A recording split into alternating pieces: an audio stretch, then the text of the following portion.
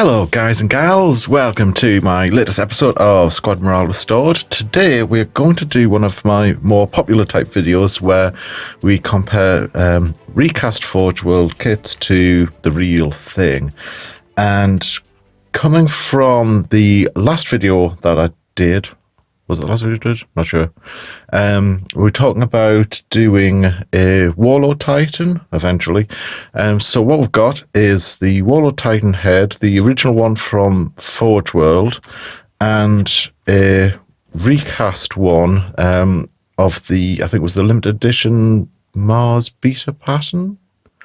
So what we're going to do is we're going to compare each of the kits, and with our helpful torch, we're going to see if we've got any sort of very thin parts. Assisting me today, or for the time being, is this friendly dog, who may or may not completely upstage me, as is her wont. Right, so without further ado, let us have a look. So shall we start Forge World or recast? Let's start with the Forge. Let's start with a genuine item. Plonk you over there. Let's plonk that over there. Now, this is out of the box. Hello. So I've already taken this out of the box to have a look at. So, hang on. And all the parts are there. We're going to have a quick tour around. Oh, that might have been quite noisy. Right, we're going to have a quick tour around and see what we think of the individual components. What I like to do is do a little bit of dry fitting. Whoops, that's not going to go down well. Where does this go? That goes something like that, right. Plonk that there. And let's put the roof bit on. Okay, so this is our Forge World. So that's what that bad boy looks like. Having a look at the individual components, we've got a lot of internal detail work, so I'm going to let that do some of the talking for me. I've already started doing a little bit of cleanup. That's mainly just taking off some of the gates and things. I haven't done any kind of sanding or filing or anything like that, and as you can tell, I haven't even taken this little shim off yet. So what we've got is we've got a decent little view screen there. I do like this kind of oval approach. It's very sort of kind of old-fashioned, which also fits in with this kind of high-tech kind of, it's almost steampunky. Very sort of Jules Verne. So we have a little lever there, which is nicely picked out. Keyboard. This looks like a thing, a proper viewing thing to stick your eyes into. Sort of a bit like off the original series Star Trek for Spock to stare into. At first I thought those little things there were air bubbles, but if they are, they're in the right place.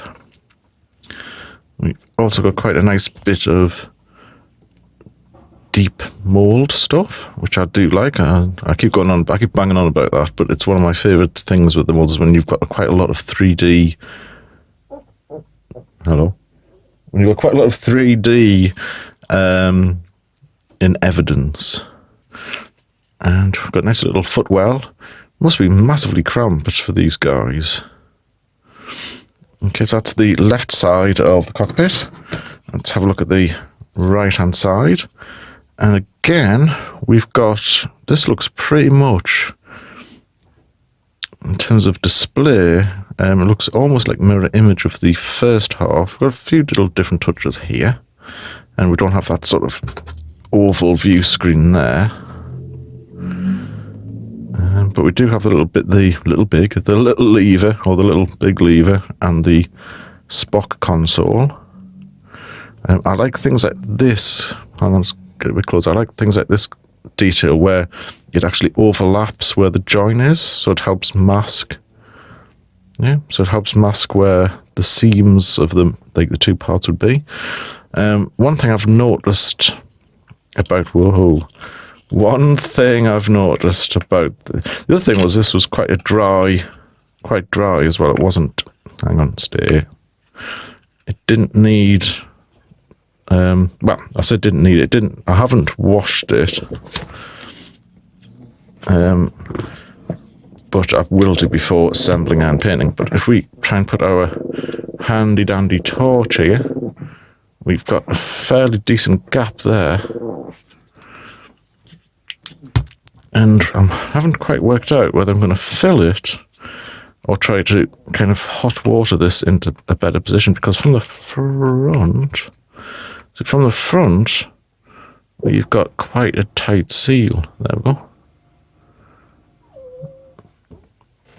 Got quite a tight seal from the front, so it might be a case of possibly even just putting a little bit of green stuff or something there, maybe the liquid green stuff in there, and then kind of sandwiching it.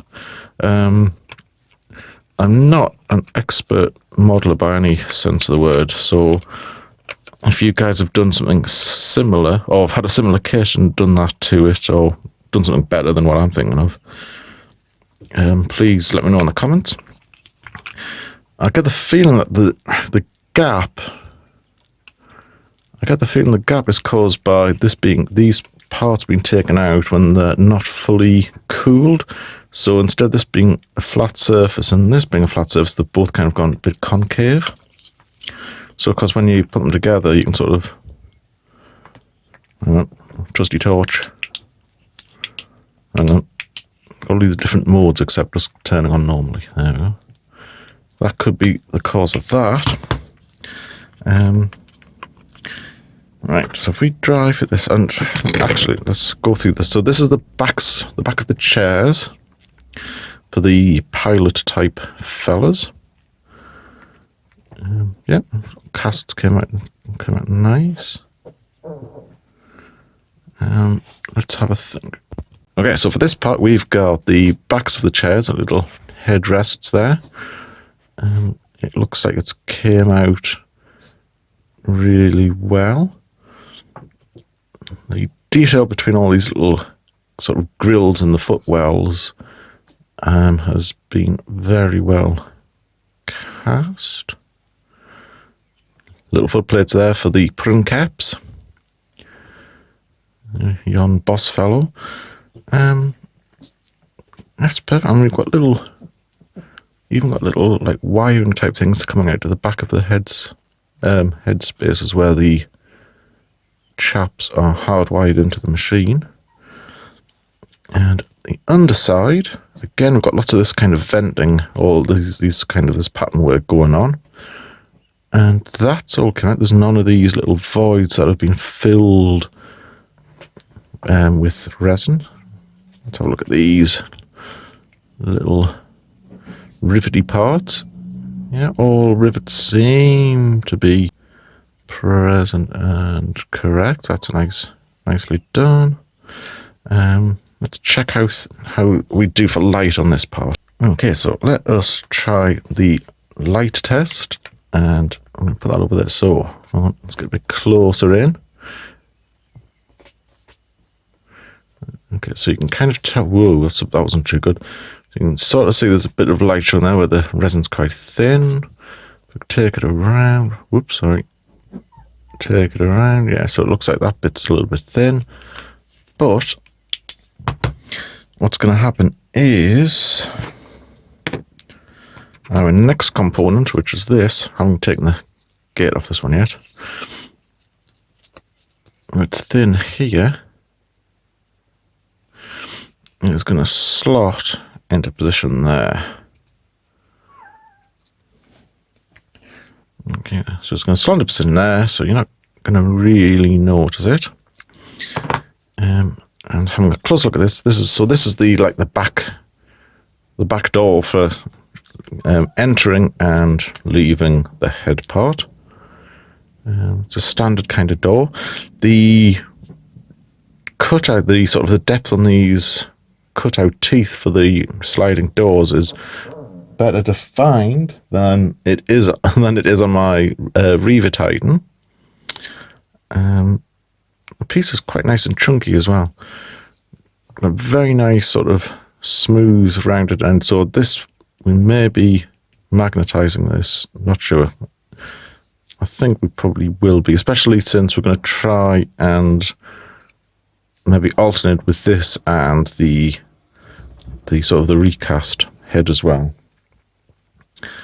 But all in all, that is a nicely... Yep, that's a nicely cast piece. Did we have any... I'm sure I saw something on the back of one of these. Yeah, so we've got... So we'll slow the shims to take off and a bit of tidy up there. And... it's this one, isn't it?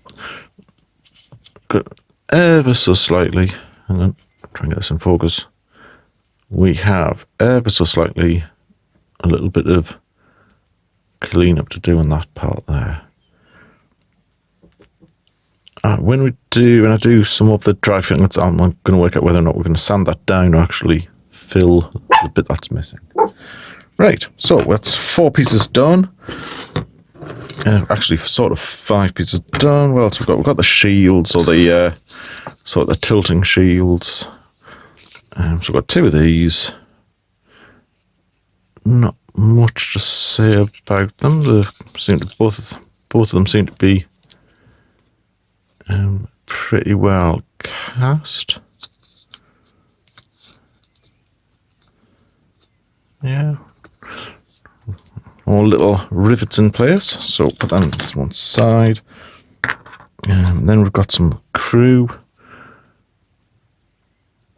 So we're just going to kind of briefly touch on these guys just for completeness, because this is, I mainly want to do a comparison between the 2 heads from the recast and legit Forge World perspective. Actually, I think some of these Titan guys are not necessarily from this kit. What are you guys doing here? Right. We do have the princeps though. So, quick. It's quite difficult actually to get him in focus for some reason. It might be because with the glorious British spring, unfortunately having to use natural light, and we're going from brilliant sunshine to heavy hail showers.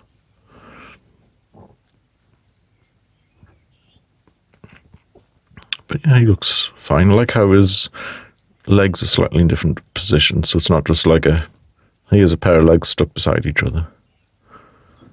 Yeah, looks like he's pumping the gas a bit there, actually, doesn't he?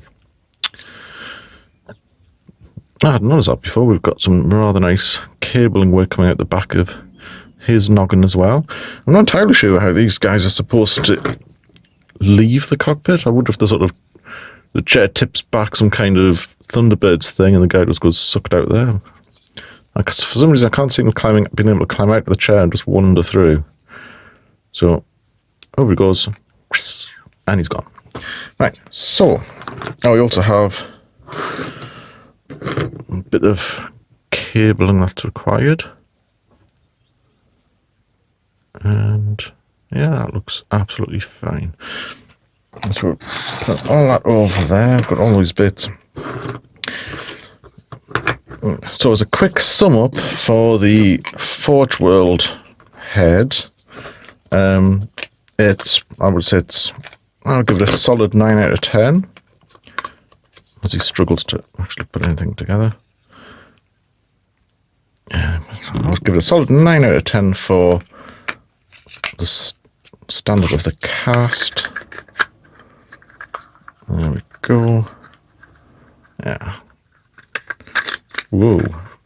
It's quite big. It's not much. It's about the same size as the head of a Reaver, except the Reaver's head is like that away on. So it's not massively bigger. Right, plonk you over there.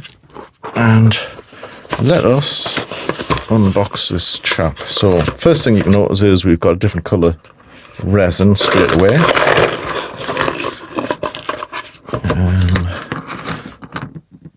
Let's have a quick look at yon princeps. Right. Excuse the olive drab paint, that's up my thumbnail. There we go. Right. So we've got a similar kind of chair to the first chap. Let's have a look.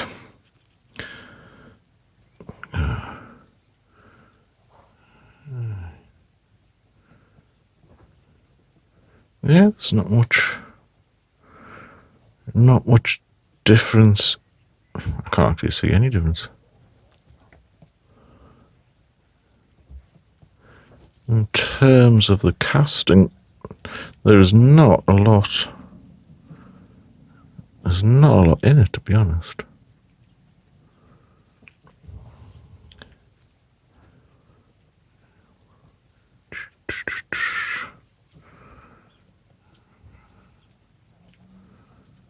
Okay.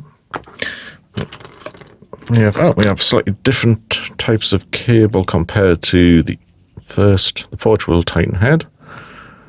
Let's see how these have came out. Okay.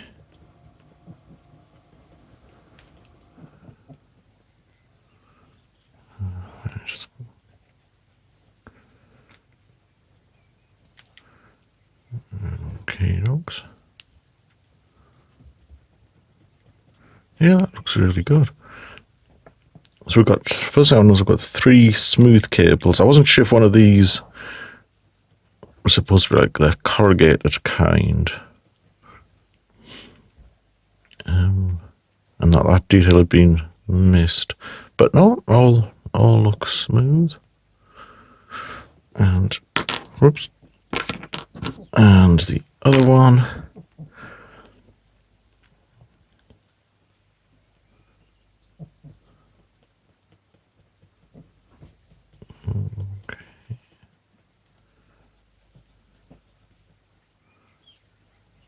Yeah, there's nothing wrong with that. Everything seems in order.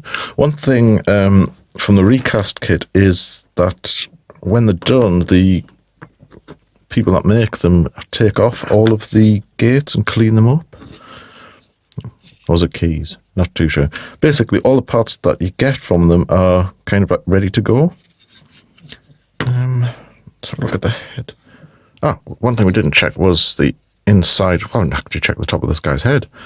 Right, so we have a nicely raised design work part for the top of the head with the Titanicus kind of double T logo.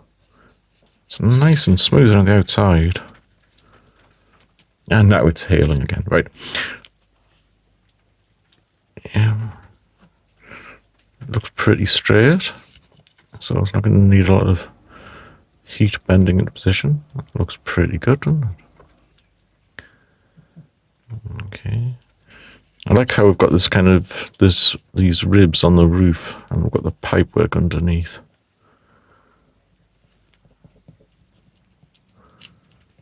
Right. So we've got the main view screen for the print caps, and we can see an air bubble near the center of the screen and a slightly more bigger one there on the frame of the screen. Not a big thing to clean up, but that one's not, that's just a bit of super glue. This is a little bit fiddly for, mainly just because where it is with it being in there. But no, it's nothing. That's an out of out. Okay, so let's compare this noggin. Actually, no, let's do the Torchlight Test. And we've got quite thin. And so see how thin the resin is there. I mean, it's still solid. It's not bowing or anything, but gives you some kind of an idea of how thin that is. So let's compare that to this Titan noggin. And we've got a very similar issue. The camera's not quite picking that up. I'm going to try and turn it down to a different... Right, if I turn down a slightly lower light, does that work? So you can definitely tell it's a lot thin. That's better. So you can definitely tell it's thinner than the genuine one. But does that make a difference in how it feels? No.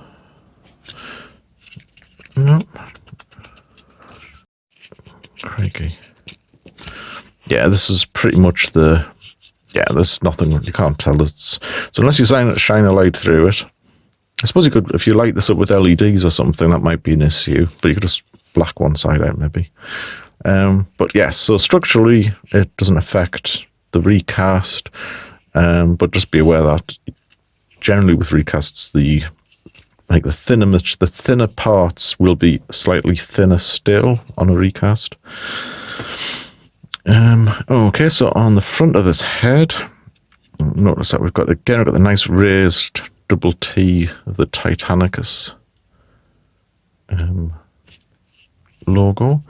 We've got something here which is a bit unusual. I don't know if that's supposed to be some kind of gigantic seal or something. I'm not too sure. So I might have to look at some painting schemes that people have done to work out what to do with that. But yeah, the cast itself, it's really sharp. Nice and crisp. Let's have a look under this gap here. Again, nothing, no problems. Oops, I'll go again. Right, so the underside, it is, yeah, that looks straight. The resin, the Forge World resin feels, let's see. The Forge World resin feels slightly smoother. Although I must say I quite actually like the texture of this recast one. But the Forge World one's definitely a little bit smoother. If we get the light on, you get more of a kind of a glossy type finish on the Forge World one compared to the recast. Oh, we do have a little bit of cleanup to do on that corner. And the corner of that's gone a little bit funny, and we've lost some of that rivet. Not major, but yeah, something to bear in mind. Recast.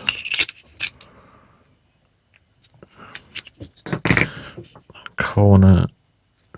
Whoops, hit the camera. Recast. Corner is fine. So is that one. So look at the underside. So I've got a tiny bit of. Oh, I'll try and get the light on that. Got a tiny bit of bit of work to do there. View screen is free of air bubbles, and this, the frame around it, the sort of housing, is also first class. Okay, let us try and just roughly assemble the head so it gets like a kind of a good comparison. It does make it an awful lot easier when it comes without any gates or any kind of shims to cut off.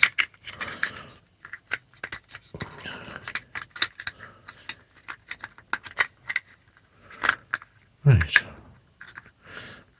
Is this a good fit out of the box? Your guess is as good as mine. Oh, actually, there we go. Right, so say hello to the beta head. So this was a limited edition Forge World exclusive one, I think, or one that you could only get if you could make the trip up to Nottingham or down to Nottingham, or across the sea to Nottingham. And this is the only reason why I've actually picked this up, is because Games Workshop don't make it anymore. So it's not like they're losing customer over it. Anyway, so that's the head. Looks pretty good, I think. Reminds me of like a sort of a giant knight head.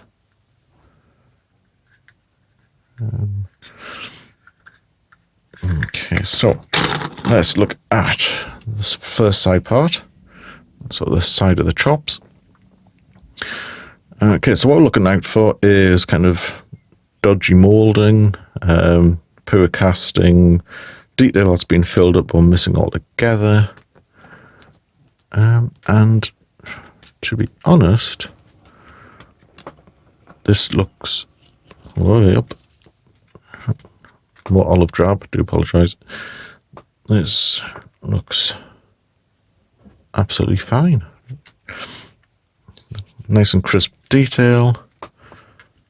Dog. And again, we've got like the little oval view screen.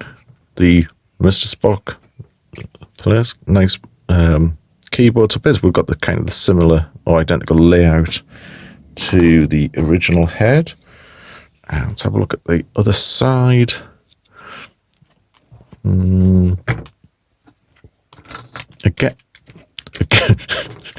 Again, we've got, can't see any casting issues.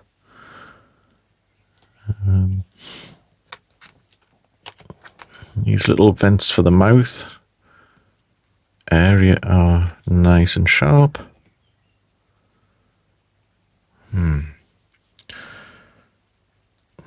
Oh, there's something missing there, isn't there?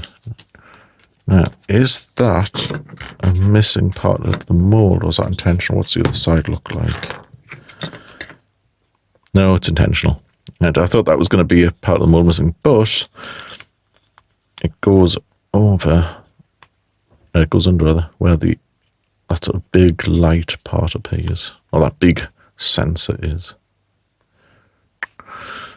Okay, so in competing with Forge World, it's not looking too good. And the mouth part is this, like, need to sort of sort this part out there where there's all these little tiny gaps where these, I don't know what to call them, these like rungs don't sort of fit in all the way, but that could be a bit of hot water work, that looks nice and tidy. Inside, now does the inside have that same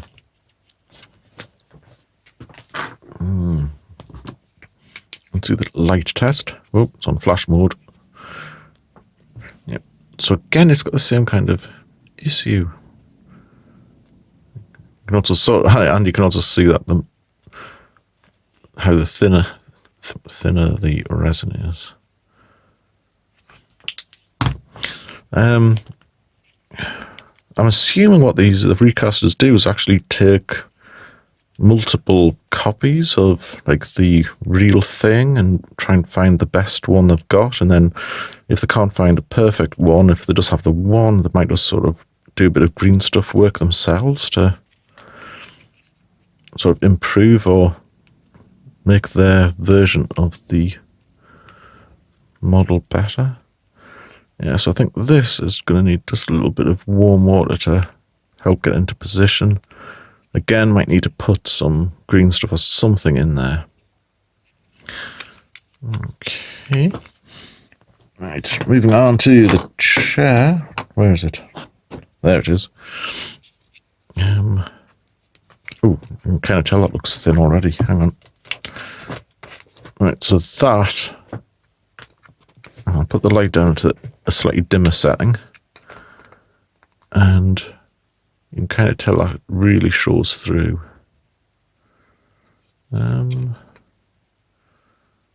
Will that make a difference when it's put together with this part? Hang on, that one's off the table. Come on, little one. Good girl. Good girl. So what happens is, where is it? This is going to come under there. So there's like a tiny, so with the floor being a little bit thinner, we've got a slightly thin little gap there between the base of the door. There we go. Ta-da. Which I don't believe will be present on the Forge World one.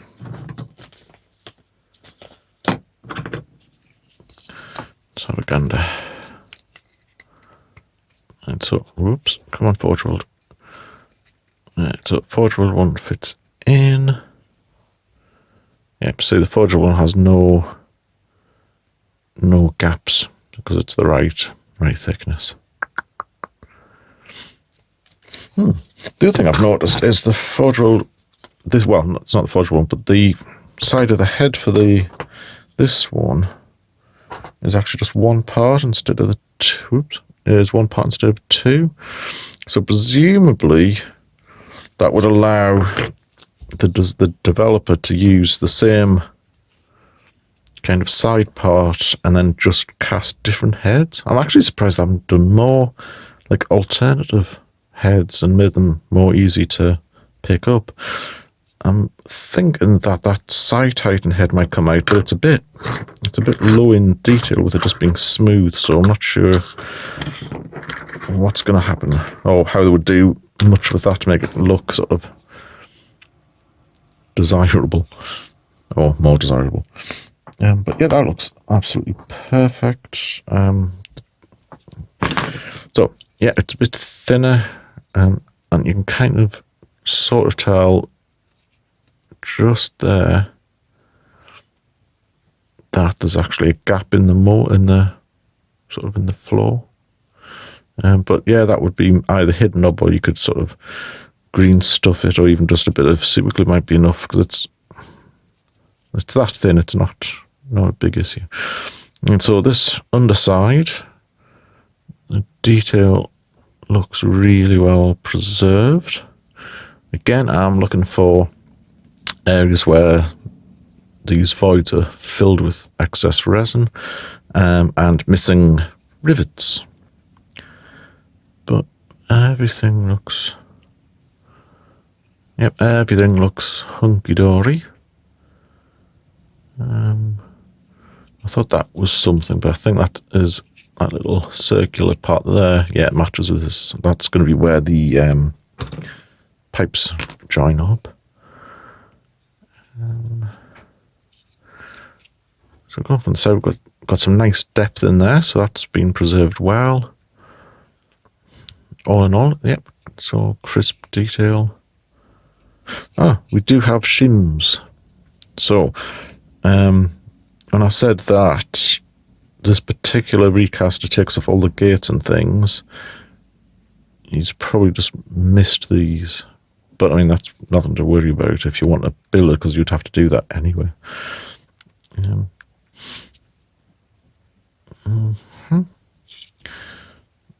you can kind of see the thinness. Where are we?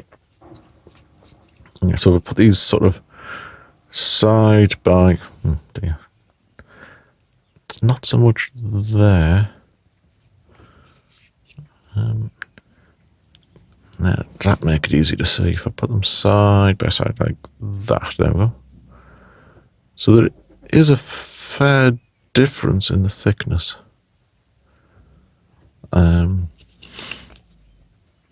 But yeah, overall,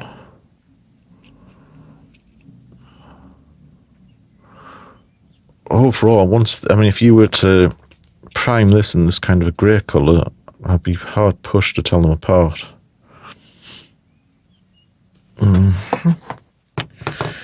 Right, have we got anything left? We've got the back doors.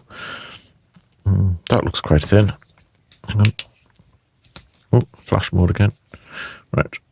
Yeah, so you can see on the side of the door on the left and the door on the right how thin the resin is there. Let's compare that one to the real thing.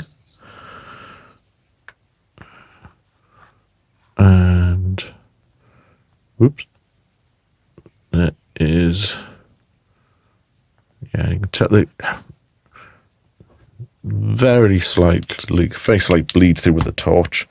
But that's basically because we've got a thin part, and when you do like recasting of parts, what you get is going to be slightly thinner than what you started with. In terms of definition of the detail, to be honest, I can't. There's nothing in it. It's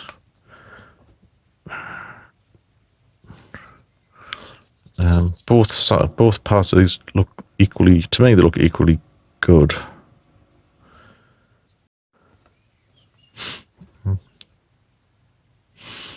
and you can tell that that's the smooth finish there is still a smooth finish on this, but the texture of this is slightly...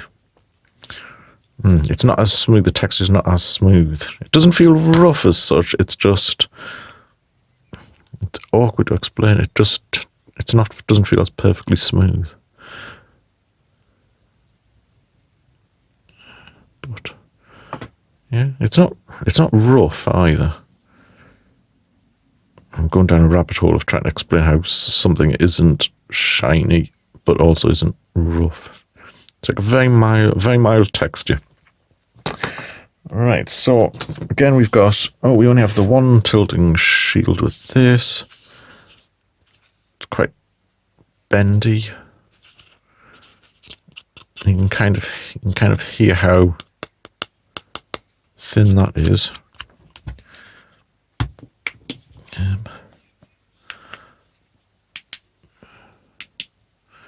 And you can quite clearly see how thin that is compared to. So you can make out the detail of where the shield mounts. There you go, where the shield mounts to the Titan. But on the recast, it's like, whoa, obvious. There again, once it's painted, you're going to be none the wiser. Dog hair. Right. So, let's see if we can sum up. Do all these parts fit together without kind of faffing about too much? And he said, as he got the bits mixed up completely, no, that's not it. Oh, amateur. Is it that? It isn't. Is it? Yes, it is. Oh, dear Lord. I would cut this out in the edit, but I like things to be as real as possible within reason. And another thing, you don't get any instructions on how to assemble. Not a big problem. Yeah, it was that way. Not a big problem with something like this, because you can kind of just dry fit things together and get the idea of what it's going to look like. But just one of those things to bear in mind if you do go for recasters. This one is a Russian recast rather than a Chinese. I've never actually had I'm trying to think. I don't think I've ever seen or personally had a Chinese recast. But this one's done by a Russian fella in Novosibirsk, which I've just butchered. Novosibirsk. And price-wise, although it's recast, why am I putting the detail on the outside? Although it's recast, it's not cheap recast. So you're looking at maybe a 10%, 20% saving. Okay, so dear. Again, legalities seem a bit on the grey side, and really it's up to you personally what your kind of morality is on the issue. As I say, I don't kind of have much of a problem with recasting of parts that aren't available anymore. And this idea of like this whole kind of culture of FOMO, this fear of missing out, I'm finding rather annoying when it comes to like Games Workshop in particular, where you're kind of getting a false or a forced scarcity. Then the scalpers move in. Whoops. Then the scalpers move in. And the people who genuinely want to buy the parts to use in games are struggling to get a hold of a copy or getting hold of something. Also, I think for our friends overseas who struggle to would find it pretty much impossible or impractical to make a trip all the way over here to get the hands on something that is only available in the Warhammer store. I can totally understand why they would go down a recast route. If it's for models that are currently available at Forge World, I'm not too sure. I would feel a bit... I'm put off doing that because although the items are expensive, I don't think that they're like massively overpriced. I mean, you've got like the old adage of like having to keep the lights on, you've got the staff to pay, there's all the design costs, shipping, all that kind of stuff, and to pay the designers as well. So I don't mind that too much for pricing.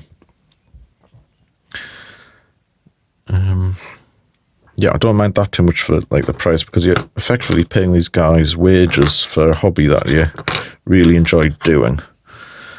But yeah, once you get this kind of like models going out of production for no apparent reason that we're told, and it's obvious that they're not going to make them anymore, so if somebody else wants to produce them, then to my mind that's kind of fair enough. For me, I mean, your mileages are the same, may vary. But yeah, so if you were looking for recasts, I would.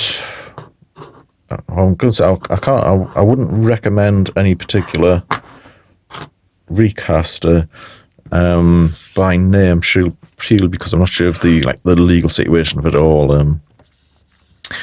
But we've got to a stage where